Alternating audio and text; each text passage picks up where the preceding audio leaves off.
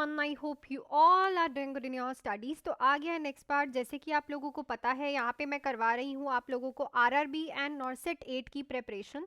सो जो भी बच्चा इन दोनों एग्जाम्स की प्रिपरेशन कर रहा है, इस चैनल को सब्सक्राइब, वीडियो को लाइक एंड शेयर जरूर करिएगा, बिकॉज ऑलरेडी 1750 क्वेश्चन मैं करवा चुकी हूँ।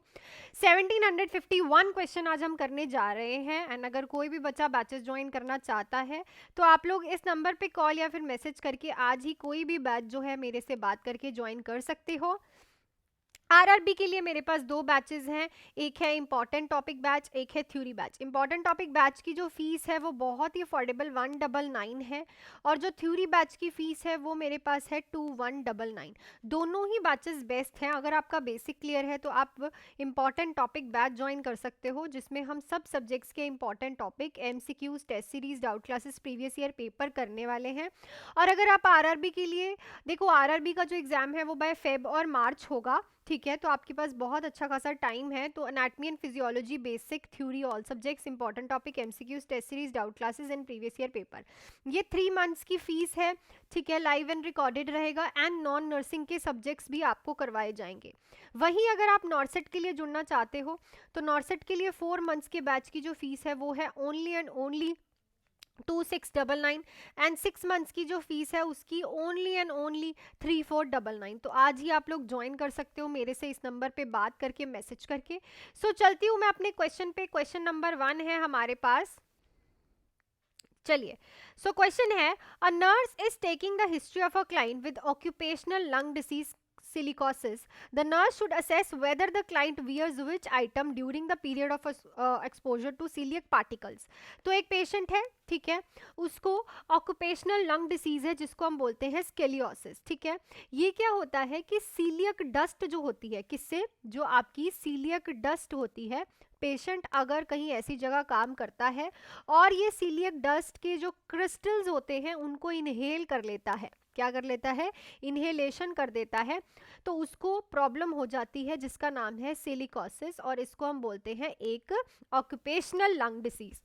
तो अब इस टाइम पे नर्स को क्लाइंट को क्या वियर करने के लिए कहना है ताकि उसको ये प्रॉब्लम ना हो, मास्क, गाउन, ग्लव्स या फिर आई प्रोटेक्शन। सो ऑब्वियसली मास्क, ठीक है, क्योंकि मास्क जो है, जो उसके छोटे छोटे क्रिस्टल्स हैं, ठीक है, जो इसके छोटे छोटे क्रिस्टल्स हैं उनको इनहेल करने से क्या करेगा, क्रिस्टलाइंस को रोकेगा, ठीक है।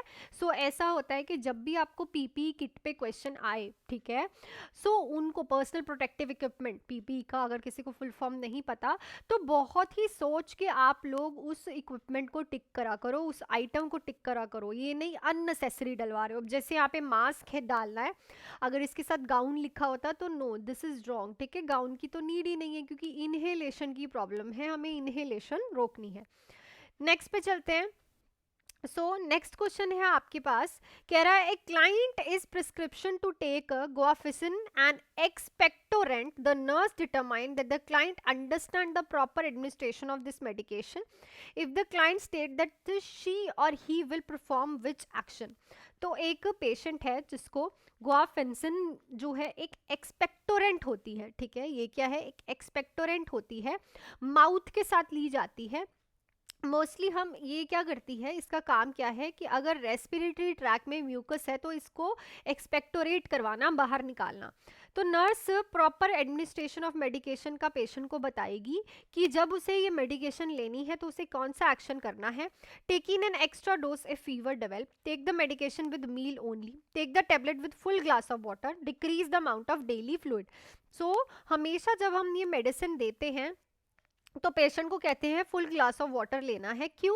क्योंकि देखो, इसका मैकेनिज्म ऑफ एक्शन की बात करूं मैं, ठीक है, तो इसका मैकेनिज्म ऑफ एक्शन है कि ये ब्रोंक्यूल्स के स्मूथ मसल्स को क्या करती है, रिलैक्स करती है, क्या करती है, रिलैक्स करती है, ठीक है। सो उसको रिलैक्स करेगी, रिलैक्स करने से क्या होगा, जो म्यूकस अंदर प्लग्ड इन होगा वो एक्सपेक्टोरेट होगा, बाहर निकलेगा, और जब हम उसे ग्लास ऑफ वाटर के साथ देंगे तो ह्यूमिडिफिकेशन इंक्रीज होगी और वो बाहर निकलने में ज्यादा इजी रहेगा। Clear? So this is what you will teach the client. Next है, the nurse is caring for client receiving albuterol, anticholinergic, bronchodilator, nebulizer breathing treatment. Which report from the client should the nurse note as an expected side effect of this combination medicine. तो obviously अगर किसी को anticholinergic bronchodilator चल रहा है nebulisation में, तो इनमें से कौन सा साइड इफेक्ट जो है आप एक्सपेक्ट करोगे पेशेंट में देखने को मिलेगा? I feel like my heart is racing, I feel more bloated than usual, my eye have been watering lately, I haven't had a bowel movement in 4 days। तो देखो, क्योंकि एंटीकोलिनर्जिक ड्रग पेशेंट ले रहा है, तो एंटीकोलिनर्जिक अगर patient को problem होती है तो उसका टेकिकार्डिया देखने को मिलता है, हार्ट रेसिंग देखने को मिलती है, और ये कॉमन साइड इफेक्ट है, ठीक है ना, ये एक कॉमन साइड इफेक्ट है। जिनको पता है एंटीकोलिनर्जिक एंड कोलिनर्जिक ड्रग्स के बारे में उनको पता होगा। Next, an abnormal condition of bronchial tree characteristics by irreversible dilatation and destruction of bronchial wall is called as। तो देखो, ब्रोंकियल ट्री की एबनॉर्मल कंडीशन जिसमें जो डायलिटेशन है ब्रोंकियल्स की इनरिवर्सिबल हो जाती है और ब्रोंकियल्स वॉल्स खराब हो जाती है, डिस्ट्रक्ट हो जाती है, मतलब कि अब ब्रोंकियल्स जो हैं वो डायलेट नहीं हो पाएंगे, इरिवर्सिबल हो गया है, ठीक है, उसको आप ठीक नहीं कर सकते और ब्रोंकियल्स वॉल्स खराब हो गई हैं।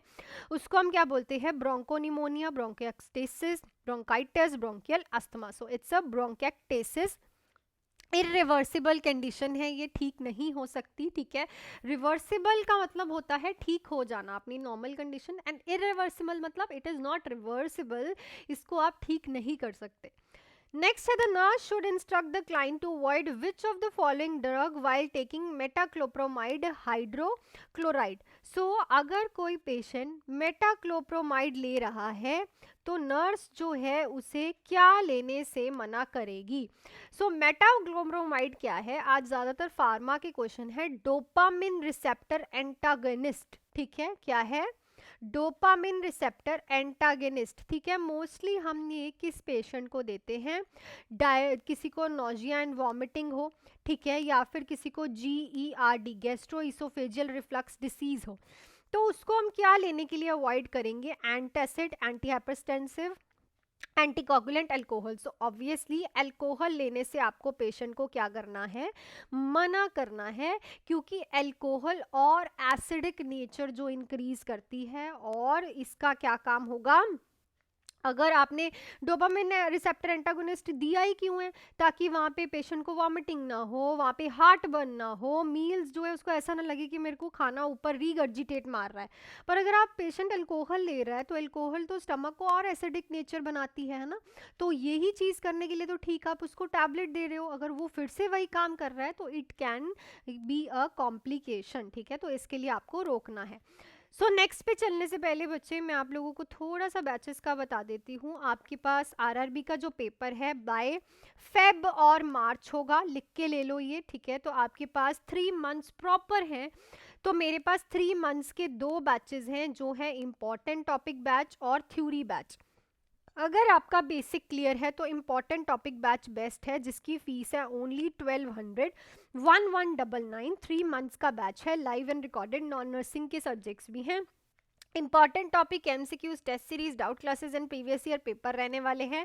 थ्योरी बैच अगर आपको बेसिक क्लियर करना है तो ये बैच बेस्ट है, 3 मंथ्स का, 2199 जो है इसकी फीस है, जिसमें हम एनाटमी एंड फिजियोलॉजी बेसिक करेंगे, उसके बाद theory of all the subjects, important topic, MCQs, test series, doubt classes and previous year paper करने वाले हैं।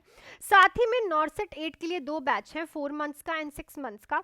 4 मंथ्स का बैच जो है उसकी फीस है 2699, 6 मंथ्स का 3499। नॉर्सेट के लिए पूरा डीपली बैच जो है थ्योरी प्लस नॉन नर्सिंग और नर्सिंग सब कुछ कंप्लीट इन बैचेस में आपको मिलेगा। तो आज आप इस नंबर पे मेरे से बात करके कोई भी बैच ज्वाइन कर सकते हो। सो चलती हूँ मैं नेक्स्ट क्वेश्चन पे। A client has begun medication therapy with the pancreas lipase. The nurse evaluate that the medication is being optimal intent benefit if which effect is observed. So अगर किसी को medication therapy चल रही है, साथ में pancreas lipase भी चल रहा है, तो इनमें से क्या medication का बेनिफिट आपको पेशेंट में ऑब्जर्व करने को मिलेगा? Weight loss, relief of heartburn, reduction of steatorrhea, absence of abdominal pain. तो it's a reduction of steatorrhea. देखो, लाइपेज चला रहे हो तो फैट की मेटाबॉलिज्म जो है वो प्रॉपरली हो रही है पेशेंट में, और अगर सिटोरिया क्या होता है? Fat in stool. तो अगर मेटाबॉलिज्म अच्छे से हो रही है तो सिटोरिया ऑब्वियसली नहीं आएगा, ठीक है। नेक्स्ट है, विच type of catheter is generally use for a client with urine retention, urine retention वाले पेशेंट में कौन सा कैथेटर यूज होता है, क्लाउड, इनड्वेलिंग यूरिनरी, स्ट्रेट या फिर three way, so without any confusion indwelling urinary catheter.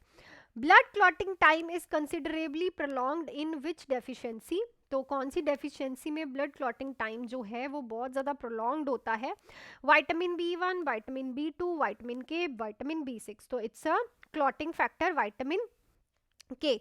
Next in India which type of anaemia is uncommon during pregnancy, तो anaemia में किस टाइप का जो प्रेगनेंसी में किस टाइप का एनीमिया इंडिया में बिल्कुल भी कॉमन नहीं है, iron deficiency, folic acid, vitamin B12, iron and folic acid deficiency.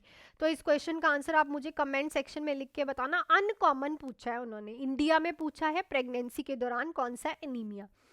Last question है, Reed Sternberg cells in nodes are found in, तो कहाँ फाउंड होती है, multiple myeloma, Hodgkin lymphoma, non Hodgkin lymphoma, leukaemia. So obviously Hodgkin lymphoma का main silent symptom जो है Reed Sternberg cells in nodes are the mainly find in Hodgkin lymphoma. So जो मैंने आपसे लास्ट क्वेश्चन पूछा था उस क्वेश्चन को देख लेते हैं।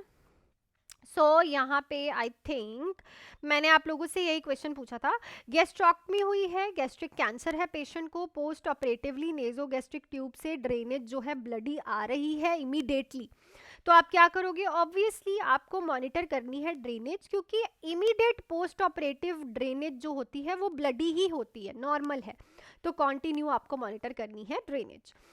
So that's it for this video. Questions अच्छे लगे हो तो वीडियो को लाइक करो और 12:30 बैठ जाया करो यूट्यूब पे कि क्लास आने वाली है, 10-15 मिनट की क्लास है, ज़्यादा मैं टाइम लेती नहीं, ताकि आप लोग भी फटाफट से क्वेश्चंस करें और फटाफट से उसका आंसर देके अपना सेल्फ स्टडी स्टार्ट करें। एंड अगर किसी को भी बैचेस ज्वाइन करने हैं, अच्छा लग रहा है मेरे से पढ़ना, तो फटाफट से आरआरबी का एग्जाम बाय फेब और मार्च 3 मंथ्स का टाइम है। अगर आपका बेसिक क्लियर है तो 1200 का इंपॉर्टेंट टॉपिक बैच है 3 मंथ्स का फुल, अदरवाइज थ्योरी बैच आप ज्वाइन कर सकते हो। नॉर्सेट 8 के लिए भी बैचेस शुरू हो गए हैं, सो विदाउट एनी डीले आप मेरे से बात करके इस नंबर पे ज्वाइन कर सकते हो। सो मिलती हूँ नेक्स्ट वीडियो में, till then do hard work, make your parents proud and all the best.